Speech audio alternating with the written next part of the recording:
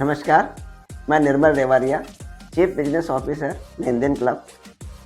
जो पिछला वीडियो था उसमें अपन ने बात की कि regulator reserve Bank of India RBI का थॉट प्रोसेस क्या था P2P लैंडिंग इंडस्ट्री लॉन्च करने के पहले, और आरबीआई ने रेगुलेशन क्यों लेके आया।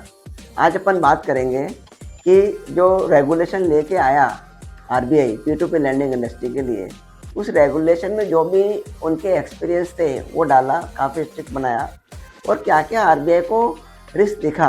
Because and of the day RBI का सबसे पहला काम क्या है कि जो भी लैंडर्स हैं उनका पैसा डूबना नहीं चाहिए।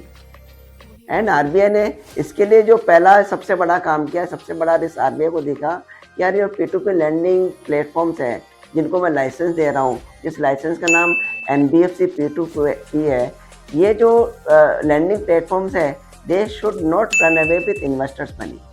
तो इसके पहले थोड़ा सा मैं बैकग्राउंड देना चाहूँगा म्यूचुअल फंड इंडस्ट्री का।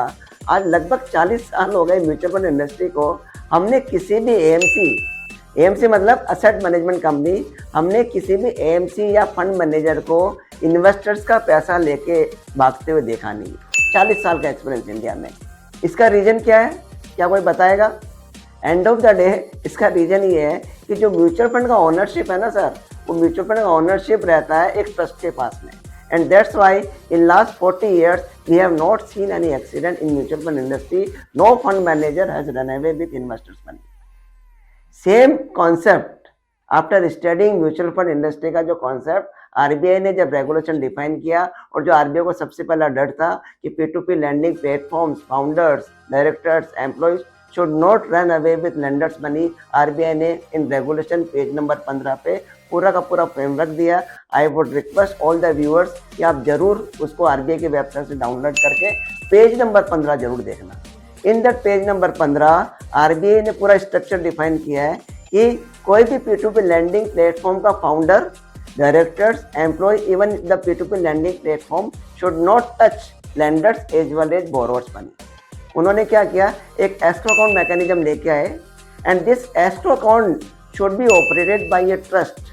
And RBI was more cautious. RBI ने बोला कि जो ट्रस्ट है it should be regulated by me means Reserve Bank of India, RBI itself. तो आरबीआई ने बोला जो ट्रस्ट का जो रेगुलेशन है वो मेरे पास रहना चाहिए। This trust should operate the account itself, and जो P2P लैंडिंग प्लेटफॉर्म है उनके पास खाली व्यूइंग राइट्स रहेंगे। तो जो 40 साल का म्यूचुअल फंड का एक्सपीरियंस था कि नो फंड मैनेजर और AMC has run away with the money itself, in the same way RBI ने वही फ्रेमवर्क यहाँ लेके आया। लेकिन आरबीआई बहुत कॉशियस था। इन म्यूचुअल फंड इंडस्ट्री, ध्यान से सुनना, in mutual fund industry SEBI ने अलाउ किया है in the trust 1/3 trustees can be sponsored by AMC, but RBI was more cautious. RBI ने बोला in this trust in P2P lending industry जिसको मैं अलाउ कर रहा हूँ एस्क्रो अकाउंट को ऑपरेट करने के लिए, in this trust no trustee should be sponsored और sponsored by P2P lending platform itself. तो इस तरह से जो पहला रिश्ता आरबीआई ने रेगुलेशन में ऑन पेज नंबर 15 पे जो फ्रेमवर्क बता के खत्म कर दिया। तो that was the biggest risk RBI envisaged while launching P2P lending platform, and that was the biggest risk mitigation parameter RBI define. अगले वीडियो में अपन बात करेंगे जो दूसरा रिस्क आरबीआई ने एनविसाज किया कि जो P2P लैंडिंग प्लेटफॉर्म पे बोरोवर्स आएंगे, यदि वो पैसा नहीं देंगे तो क्या होगा। अगले वीडियो में अपन इसके बारे में बात करेंगे। बट ये जो पहला जो रिस्क था ये बहुत बड़ा था, वो आरबीआई ने रेगुलेशन में खत्म कर दिया। वापस से रिपीट करूंगा, एस्क्रो अकाउंट मैकेनिज्म में लेंडर्स का पैसा एस्क्रो अकाउंट में जाता है, एस्क्रो अकाउंट से बोरोवर के पास जाता है, बोरोवर ईएमआई देगा, वो ईएमआई वापस से एस्क्रो अकाउंट में आएगी, और लेंडर है उसको प्रिंसिपल इंटरेस्ट किसी एस्क्रो अकाउंट से मिलेगा। किसी भी तरह से जो ये पैसा का आदान प्रदान हो रहा है, लेनदेन क्लब या कोई भी P2P लैंडिंग प्लेटफॉर्म उसको हाथ नहीं लगा सकता।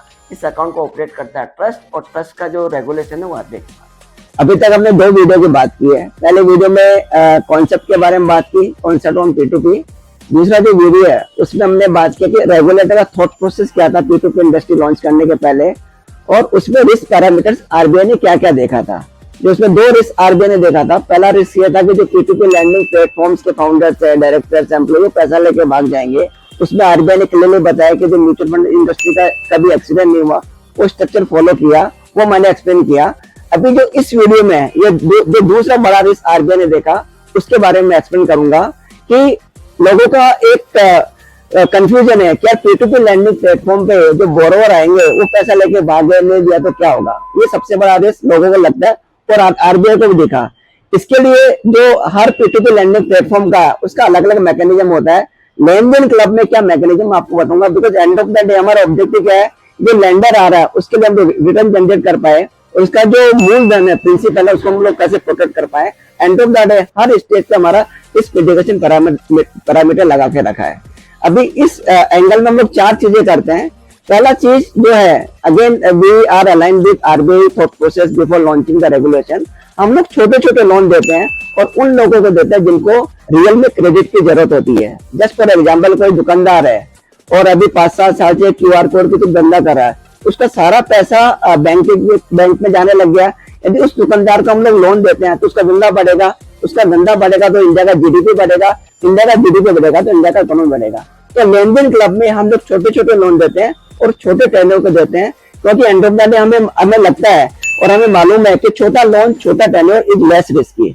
दूसरा एक और रीजन है उसका कि जो छोटा आदमी है उसका जो असेट है उसकी इज्जत होती है, वो छोटे से पैसे के लिए बरगस्ती छोड़ के भागेगा नहीं। तो पहला हमारा रिस्क मिटिगेशन पैरामीटर ये है कि हम लोग छोटे लोन देते हैं और छोटे टेन्योर को देते हैं। दूसरा, लोगों का मिसकंसेप्शन है कि P2P लैंडिंग प्लेटफॉर्म पे कोई भी आएगा तो पैसा उसको मिल जाएगा। यहाँ पे चैरिटी नहीं होती है। जब भी कोई बोरोवर आता है उसके हम लोग 600 पैरामीटर देते हैं। आई जस्ट रिपीट, जब भी कोई बोरोवर हमारे प्लेटफॉर्म पे आता है उसके हम लोग लगभग 600 पैरामीटर देखते हैं। 2-4 एग्जाम्पल देता हूँ जिससे आपको मालूम चलेगा क्या क्या देखते हैं। हमारे पास ऐसा भी टेक्नोलॉजी है that is one of the parameter की शक्ल देख के लोन मना कर देते हैं। हम लोग सिबिल देखते हैं, हम लोग सिबिल स्टेटमेंट में कम से कम 20 पैरामीटर देखते हैं कि कितने लोन लिए, हर लोन पे एड्रेस चेंज कर रहा है क्या बंदा, हर लोन पे मोबाइल नंबर चेंज कर रहा है क्या, हर लोन पे शहर चेंज कर रहा है क्या, दुनिया भर के पैरामीटर देखते हैं। उसकी इनकम कितनी है, इनकम रेगुलर है नहीं है। इस तरह से यदि कोई 600 पैरामीटर को पार करता है तब जाके वो the borrower become eligible borrower. तो दूसरा पैरामीटर है हम कैसे रिस्क को मिटिगेट करते हैं।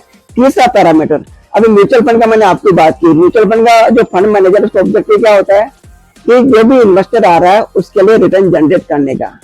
इन दैट वे जो फंड मैनेजर है वहां पे म्यूचुअल फंड में वो सेक्टर आइडेंटिफाई करता है, सेक्टर आइडेंटिफाई करके कंपनी को आइडेंटिफाई करता है, उसके फाइनेंशियल देखता है। उसके बाद ही apply rule of diversification. In the same way एक लेन देन क्लब जब हम लोग एलिजिबल बोरोवर सेलेक्ट कर लेते हैं उसके बाद में भी जो लेंडर का पैसा है वो हजारों बोरोवर को देते हैं। आई जस्ट रिपीट, यदि कोई हमारे प्लेटफॉर्म पे 1 लाख रुपए इन्वेस्ट करने आता है तो लगभग उसका पैसा 8 से 10 हजार बोरोवर को जाता है। And this diversification helps to mitigate the risk on using the principal itself. जो चौथा पैरामीटर है उसमें हमारे अलग अलग प्रोडक्ट्स है, जैसे हमारे पर्सनल लोन है, मर्चेंट लोन है।